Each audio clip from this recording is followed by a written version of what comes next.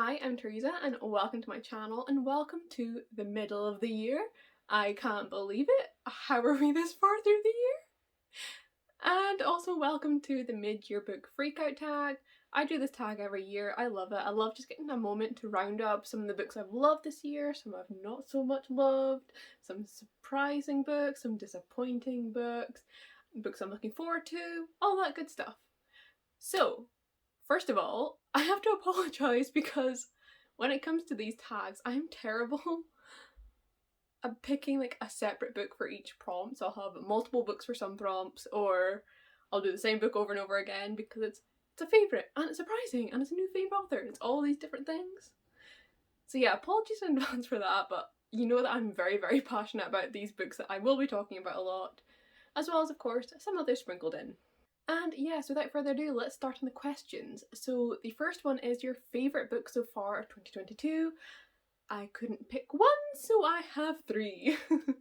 And here they are. I love the colour scheme I've got going on here. So first up we have got I Kissed Shara Wheeler by Casey McKiston, If You Still Recognise Me by Cynthia So, and The Love Hypothesis by Ali Hazelwood.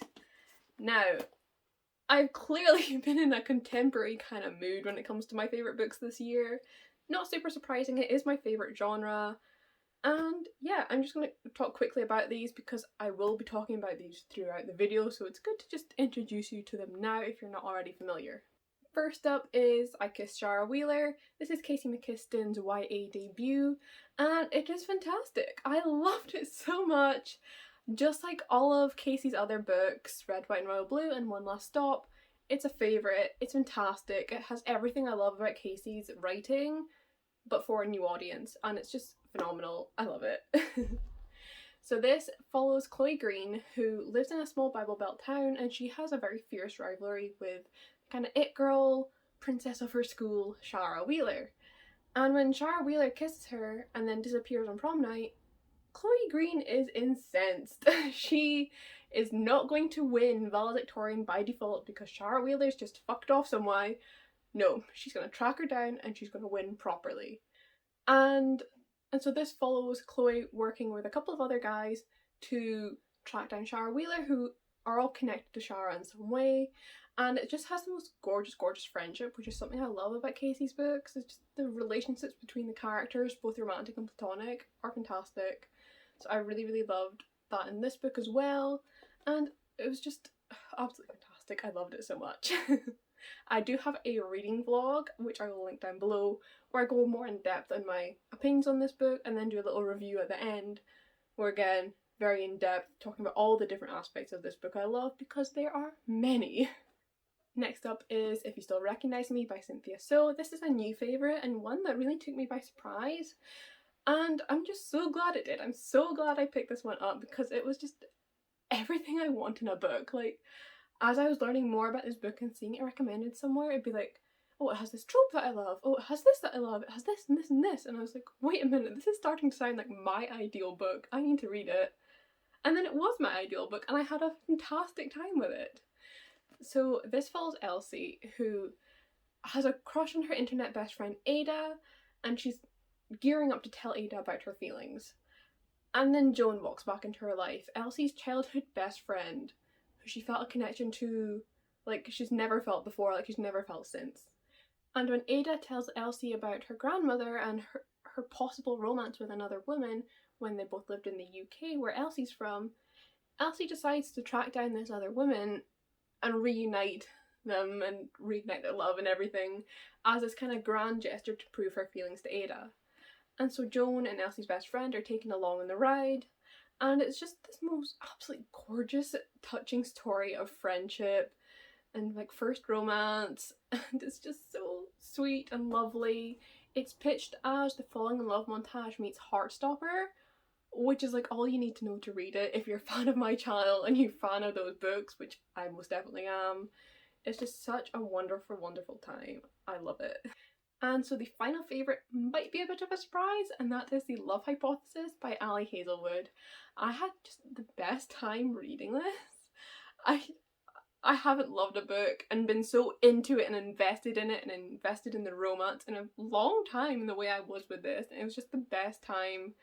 I actually read it at the same time as my best friend and when she came out to visit me in Spain, and we were just having such a good time with it and talking about it, and it just really enriched the experience and made me love it even more. So this is an adult romance and you follow Olive, who's a PhD student, and when she gets caught up in a lie where she tells her friend she's gone out on a date and then is spotted not on a date, she kisses the first man she sees, which turns out to be one of the professors in her department, Adam, and he goes along with it and they end up fake dating. And this is very surprising to Olive because she doesn't think he likes her at all.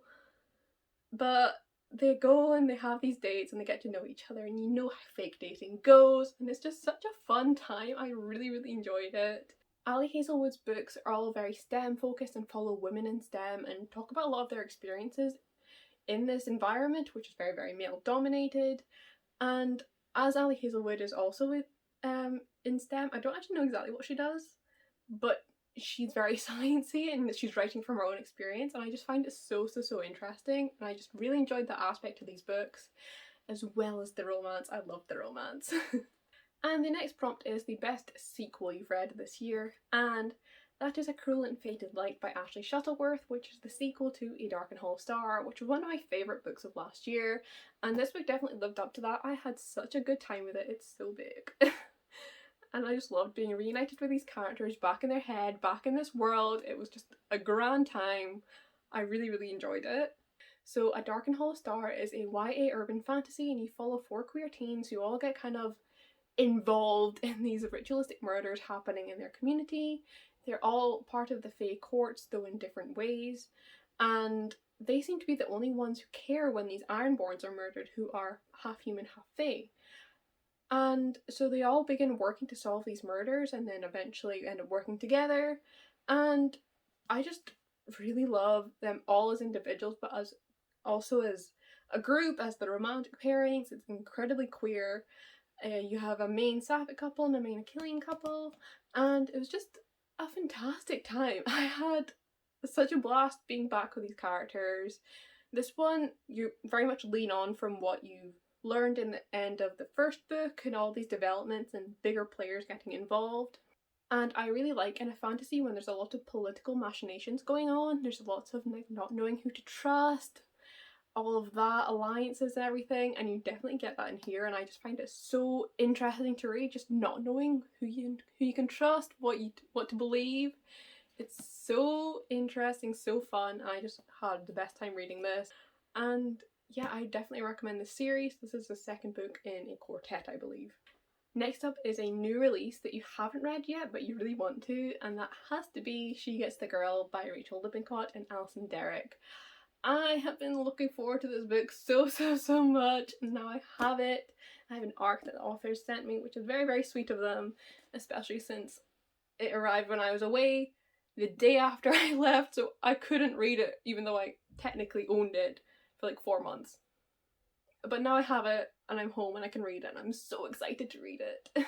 So this is a college set YA sapphic romance, and you follow Alex and Molly. Alex is like a shameless flirt. She's very good with the ladies, at least getting them, but not always keeping them. And Molly is very shy. She's the complete opposite, and when Alex learns that Molly has a crush on another girl, she is going to help her get the girl, and this is going to prove that she does know what she's doing and she's not selfish to her ex. But as the two begin working together to help Molly get the girl, feelings begin to develop between these two. And it just sounds so good. It's been so well received, so well loved, and it's actually written by 2 wives based on the story of how they got together, loosely, which is just so cute. And I'm just so excited to read this. So next up is what is your most anticipated release of the second half of the year, and because I can't just pick one, I have 3. I can't make decisions, guys. There's too many good books coming out. But first up, we have got How to Excavate a Heart by Jake-Maya Arlo. This one comes out in November. It's a YA sapphic contemporary romance, and it's Jewish and set at Christmas time, and it just sounds like it's going to be an absolute blast. I cannot wait to read it.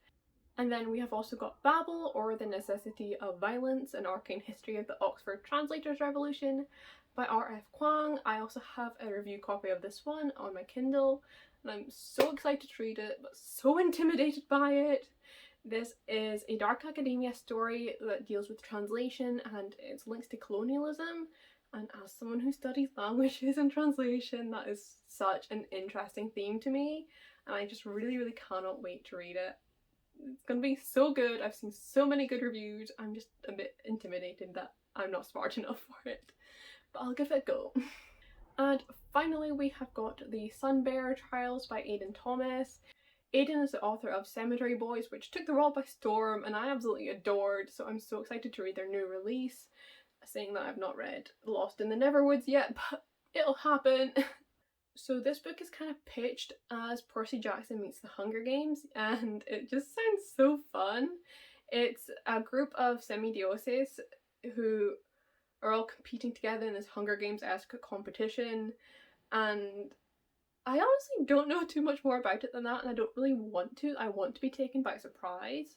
But Aidan has been posting character cards with art of your semidioses and their godly parents, and the art is just absolutely stunning, and like the little facts about them all sound so interesting. I'm so excited to meet these characters. It sounds like it's going to be an absolute blast. I can't wait for this book. Next up is your biggest disappointment of 2022. And I have two.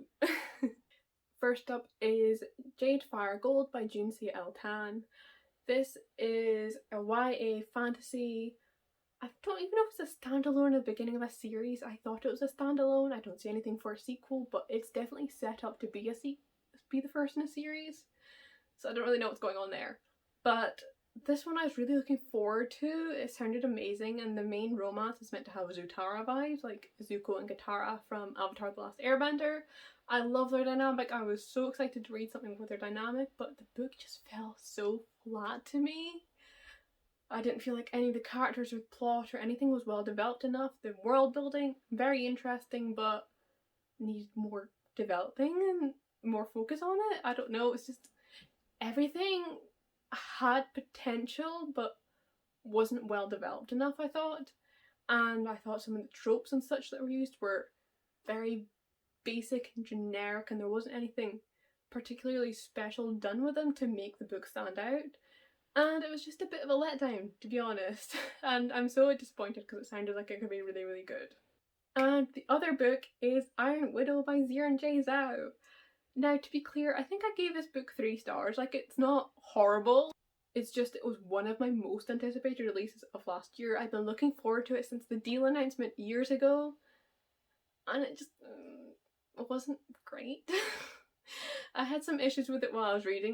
I actually read it during a vlog, so I'll link that down below if you want some more in-depth thoughts as I read it. But I had some issues with like the pacing. It was just too fast and nothing was developed enough. Like the characters, I didn't care about them because we didn't spend enough time with it. It was always just things happening, and that meant certain plot beats didn't hit right, and it just, I felt like, again, it needed more development. It needed a slow it down a little bit just so we could take things in and have a moment with these characters and develop their relationships with each other. And I had some issues with feminism in the book. Like, it's difficult because the book was promoted as very feminist. That's the way I understood it. But it wasn't. I found the feminism really not great. Very surface level. And, like, it makes sense in the context of the book because of the world that our main character Zetian lives in. She's not going to have this perfect modern feminism and ideas of feminism. But maybe it's just the marketing as feminist book that put me off because I was expecting something different. But yeah, I don't know, it was an interesting one. I'm still not really certain how I feel about it, but I was definitely left feeling disappointed after I finished it. Which is such a shame because it sounded so good. It's this YA sci-fi book that's inspired by different periods of Chinese history. It's got a bi-main character and a polyamorous relationship, and it just sounded like it would be so fun. I just was a bit disappointed.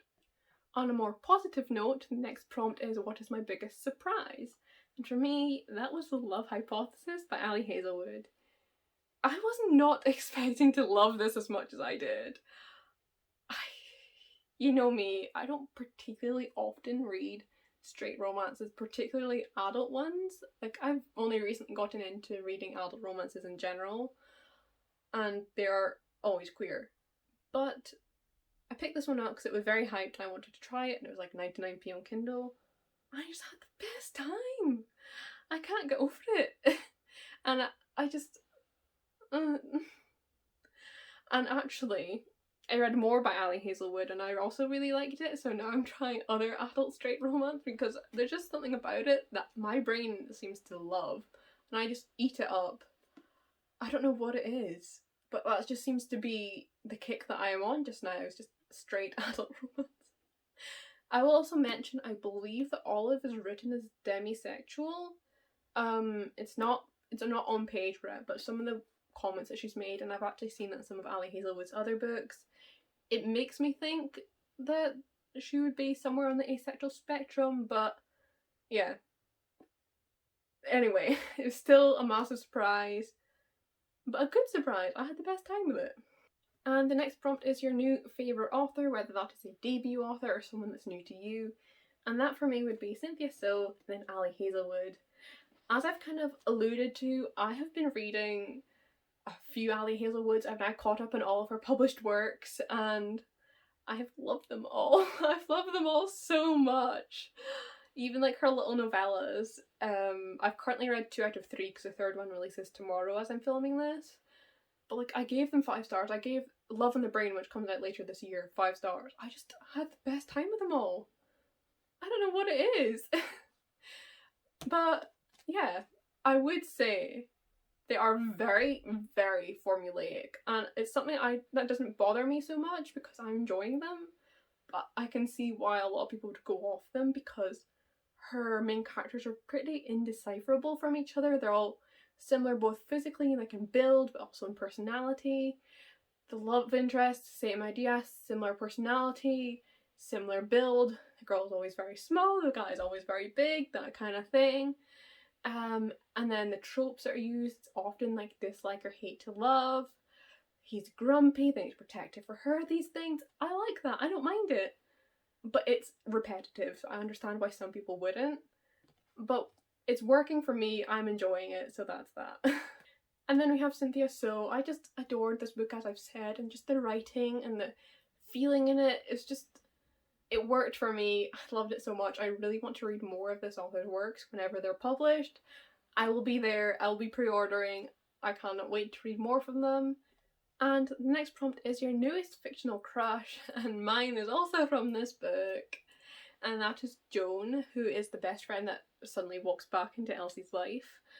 She's just, I love her. She's so cool. Oh, I don't really do fictional crushes. It doesn't really happen for me.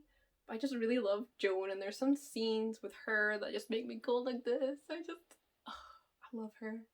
So Joan kind of mostly grew up in Hong Kong. She very briefly lived in Oxford with Elsie when she was younger, and that's when they became friends, and then she moved home.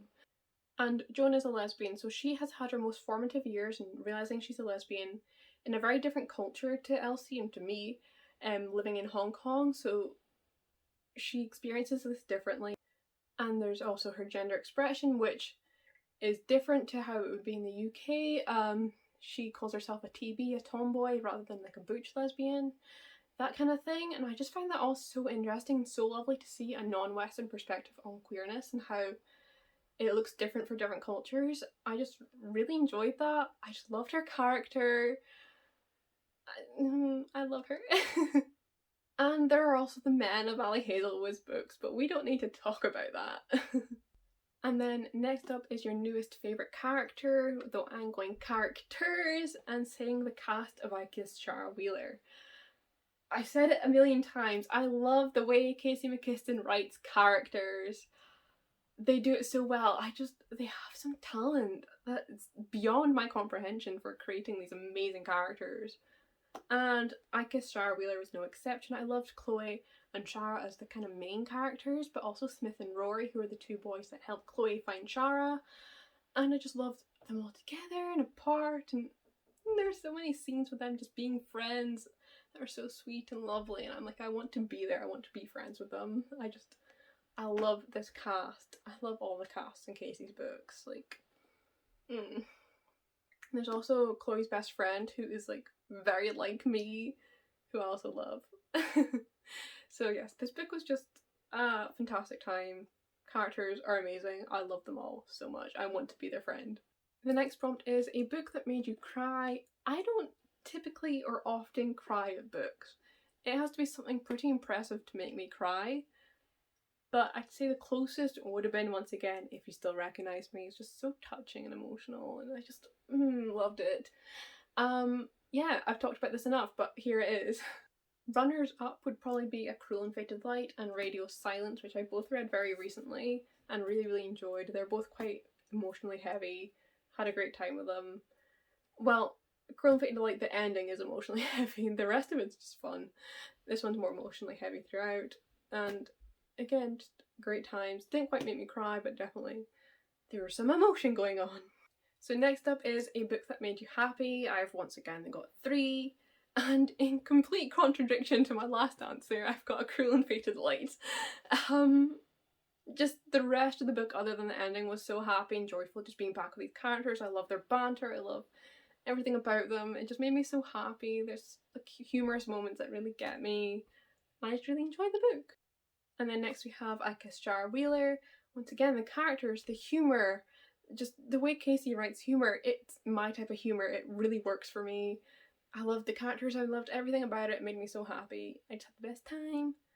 And finally, The Love Hypothesis. I've talked about this enough. It made me very happy. I had a great time reading it. Here it is. The next prompt is the most beautiful book that you bought or received this year, and I have got a few. Here they are. I kind of like this colour scheme. So to go through them individually, we have got How to Excavate a Heart. I love this cover. I love the little doggy, the corgi. It's just very pretty. I love the colour scheme. You're probably sick of seeing this book at this point, but if you still recognise me, the cover is just stunning. I love it so much. We've also got the Spanish edition of The Vauxhall Court, which I bought while I was in Spain. This is one of my favourite books of all time. I love the Spanish cover. It's so nice, especially compared to the English cover. So yes, I love this book.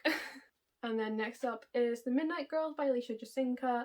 I read this last year. I had a blast. It's so lovely, gorgeously written, and gorgeous cover. And then finally, Wild and Wicked Things by Francesca May. Just a stunning cover. I love it. The gold foil is brilliant. Also a beautiful book, also beautifully written. The next and final prompt is, what books do you need to read by the end of the year? Of that there are many, but just kind of summarise. We've got the new releases that I mentioned, so these two, as well as The Sunbearer Trials and Babel. I've got a pile of review copies I need to read, and that might take a while to work through, but I'm so excited about them all, so it'll be a great time anyway. We've also got the books that I put on my summer TBR, which was one of my previous videos. There's about 10 of them. I've already read a couple. We're on to a great start, but I would love to read them all pretty soon. They're all just ones I'm really looking forward to right now. There are also a couple of series that I'd like to continue. First of them being the sequel to the Atlas 6, which I believe is called The Atlas Paradox by Olivia Blake. We have got Godslayers, the sequel to Gearbreakers by Zoe Hanmakuta, and the rest of the Battalion of the Dead trilogy, which begins with Dangerous Remedy by Kat Dunn. And very finally, since I'm in such an adult romance kick, I'd love to read more of that. And since I'm apparently loving straight romance now, I have these two I'd like to read. We've got Book Lovers by Emily Henry. If I love this, I'd love to read the rest of her books. And also The Spanish Love Deception by Elena Armas. I am just very excited about these. So yes, that has been the mid-year book freakout tag. I'm sorry it was probably a lot of the same books. I just really love these books and really wanted to talk about them. I will link some of these books down below on Goodreads, the ones I've talked about in depth, as well as reviews where I've got them. And I also have my social media link down below if you want to keep up with me elsewhere. I'm on Instagram, Twitter, TikTok, Goodreads, all of that. And yes, if you like this video, please consider leaving a like, a comment. What is your favourite read of the year so far been?